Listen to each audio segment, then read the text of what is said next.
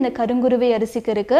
உடல்ல இருக்கிற கெட்ட கொழுப்பை வந்து வெளியேற்ற தன்மையும் இந்த கருங்குருவை அரிசிக்கு இருக்கு.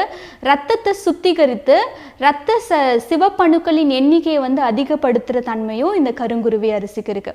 இதுல என்னதான் நியூட்ரியன்ட் இருக்குன்னு பார்த்தீங்கன்னா, இதுல calcium, vitamin, iron, vitamin A, B, B12, K, protein, carbohydrate, இது மாதிரி எக்கச்சக்கமான நியூட்ரியன்ட் வந்து இதில் ப்ரெசென்ட் ஆயிருக்கு. புற்றுநோய் செல்களையும் அழிக்கிற தன்மை வந்து இந்த கருங்குருவை அரிசிக்கு இருக்குது.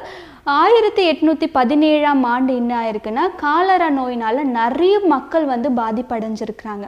ஒரு 4 லட்சத்திற்கும் மேற்பட்டவங்க வந்து இறந்து போயிருக்கிறாங்க. அந்த சமயத்தில் ஒரு டாக்டர்னால ஒரு மருந்து கண்டுபிடிக்கப்பட்டது. அந்த மருந்து எதில் செஞ்சுருக்கிறாங்கன்னு பார்த்தீங்கன்னா, இந்த கருங்குருவை அரிசியை யூஸ் பண்ணி தான் அந்த மருந்தையே கண்டுபிடிச்சிருக்கிறாங்க.